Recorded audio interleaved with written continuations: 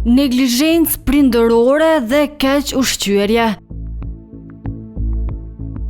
Këto qenë dyshime që unë ngritën për rastin e 5 vjeçarit nga Lipjani, që tash 3 muaj ende nuk ka ndonjë vendim zyrtar se çfarë ka ndodhur realisht.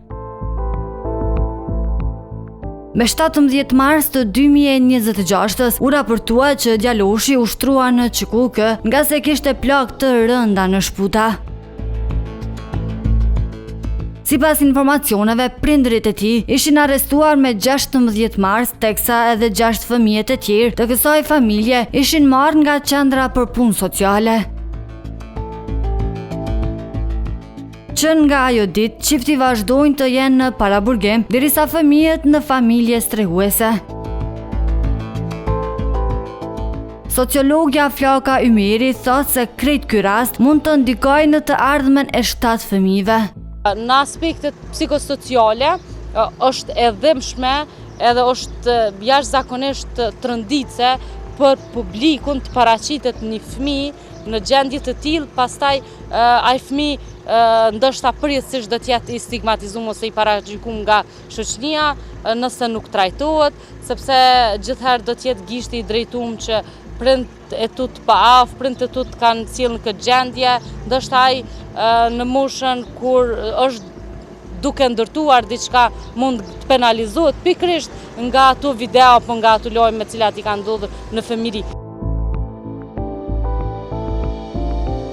Sipas Ymerit, në rastin konkret duhen të trajtohen paralelisht edhe fëmijët, por edhe prindërit. Paralelisht duhet të trajtohen edhe fëmijët edhe prindërit. Mirë, po pastaj janë procedura që i takojnë vlerësuesve se si duhet vazhdojnë të jetojnë ata. A është më mirë që të drejta prindërore apo kujdesit ju kthehet prindërve, apo t'ju besohet për një kohë derisa është e nevojshme trajtimi edhe të kthehet aftësia e kujdesjes së prindërve ndaj fëmijëve. Andaj është shumë e rëndësishme të mbrohen këto identitete, ju domosdoshmërisht të bëhen publike, ndoshta është shumë më mirë që të punohet në heshje në këto raste, në mënyrë që këta fëmijë të paktën t'i mbrojmë nga ardhmja e tyre në aspektin e bullizimit, gjykimit, stigmatizimit, sepse mas ne shëndetin mendor mund ta rendojmë aq shumë të atij fëmijë sa që t'i krijojmë edhe pasoja jetësore. Megjithse sociologja e konsideron krejt këtë histori tronditëse dhe shokuese. Ngjarja si ngjarje ka qenë jashtëzakonisht tronditëse edhe me traumë në aspektin psikosocial, sidomos për komunitetin edhe rrethin shoqëror, sepse një fëmijë të vijë deri në atë gjendje ka pa aftësia e prindërve edhe mos kujdesi, jo ndoshta nga dëshira e tyre, por kur prindërit konsiderohen të paaftë për të arritur një fëmijë ose për të kujdesur, atëherë sigurisht që duhet zgjatur durët e shtetit dhe të ndërhyet. Në këtë rast është ndërhyer edhe QPS-ja ka marrë fëmijët e tjerë në bazë të informacioneve dhe ka vazhdu trajtimin e fëmijës i cili ka qenë i dëmtuar. Një ndër pikat në të cilat institucionet duhen të punojnë fuqishëm, Ymeri thotë që është trajtimi i prindërve në aspektin shëndetësor. Në rastet të tilla, sigurisht që situata duhet monitorohet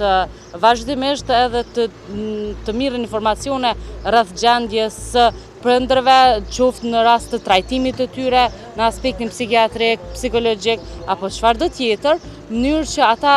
në farforme të rifitojnë të drejtën prindërore të atyre fëmijëve. Në këtë rast është shumë shqetësuese në raport me rrethin shoqëror, sepse nëse rastet të tilla vazhdojnë të shtohen, atëherë ne do të përballemi me një kaos, një problematikë të theksuar të dëmtimit të fëmijëve apo të shfrytëzimit, sepse kur një fëmijë mbetet i paaftë dhe pa përkujdesje prindërore, ne tani mund ta marrim në mend se në dorë të kujt mund të bien edhe nga kush mund të shfrytëzohen këta fëmijë. Ndonë se Flaka Ymeri shton se faji nuk është i një individi të caktuar, por është një problem zinxhiror që ka ngecur diku, andaj situata ka arritur në këtë pikë. Duhet gjithë aktarët bashkëpunu zinxhiror cilët mirën në qoftë atë aspektit